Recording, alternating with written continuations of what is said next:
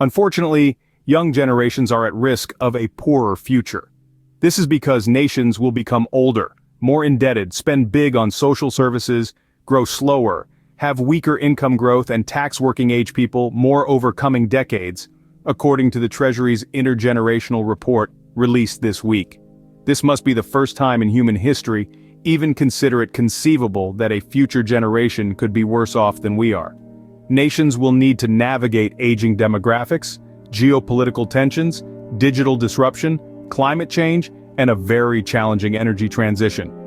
Gross national income per person is projected to grow at less than half the rate of the past 40 years, largely because of an ongoing slowdown in productivity and the end of the China-driven mining boom. Productivity growth, the key driver of real incomes and living standards, has slowed to an average of about 1% and has been flat for 3 years since the pandemic struck.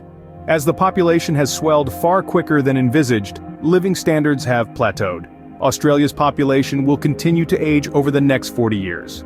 The number of Australians aged 65 and over will more than double, and the number aged 85 and over will more than triple, requiring a care and support workforce potentially double the size.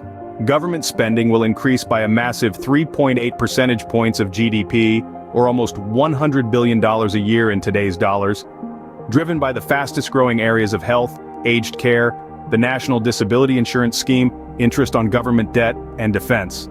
The burden will increasingly fall on a narrower base of working-age taxpayers as baby boomers retire and live longer. But evidence suggests simply spending more money is not necessarily the best way to lift people's living standards. Education progress has gone backwards. Besides immigration, the other lever that has driven economic growth has been record labor force participation, with more women joining the workforce. But the participation lemon has largely been squeezed. As the population ages, the overall participation rate is projected to decline gradually from 66.6% to 63.8% in 2062 to 63. The average hours worked are also expected to decline slightly. So far, no one found a way out of this problem.